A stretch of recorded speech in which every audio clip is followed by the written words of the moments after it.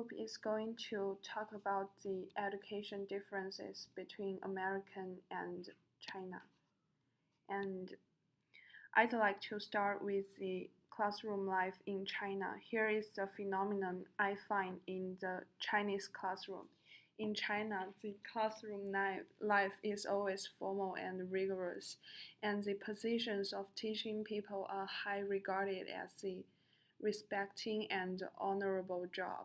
According to three big differences between Chinese and American classroom culture, which was written by Echo Liu, students should follow the orders from their professors completely. In the beginning of one class, students are asked to stand up and say hi to their professors. When you say questions in class, you should raise your hand until your professors let you say. You should neither eat food nor play cell phones to show your respect to your professor. And here is a picture I find that can well represent Chinese classroom life.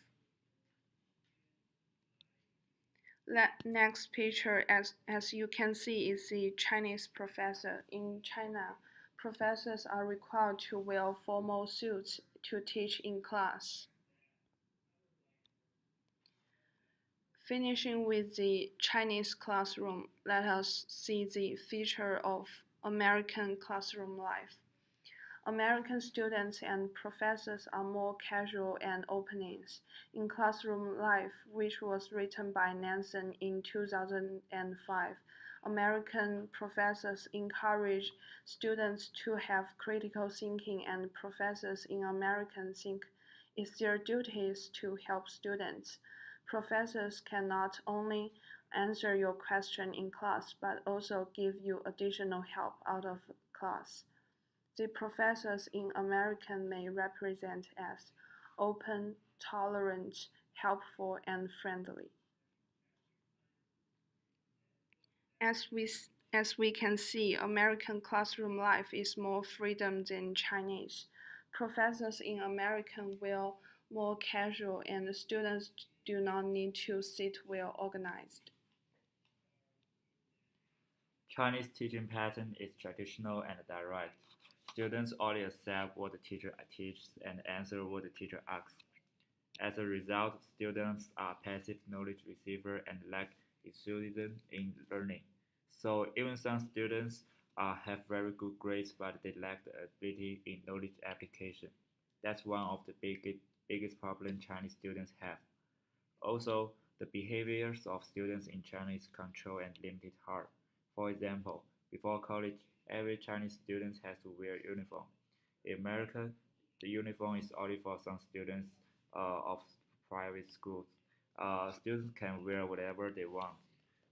Uh, in China, no food can be taken into classroom, but in American classroom, you can always see students eating something during the lecture. But in China, students are not allowed to do that anyway. Uh, it's a well-known fact that Chinese students are overburdened with lessons and the homework. Chinese students spend hours on homework every day and do their best to pass the rigid exams. Stats shows that Chinese high school students spend almost 12 hours on schoolwork every day, which seems impossible and unacceptable for American students. Last, there is a huge difference in after class between America and China. In China, students would have no resources, ask questions, and could only solve problems with their classmates after classes. In contrast, students in America will participate in recitations with teaching assisted after classes, which play a big role in students' grades.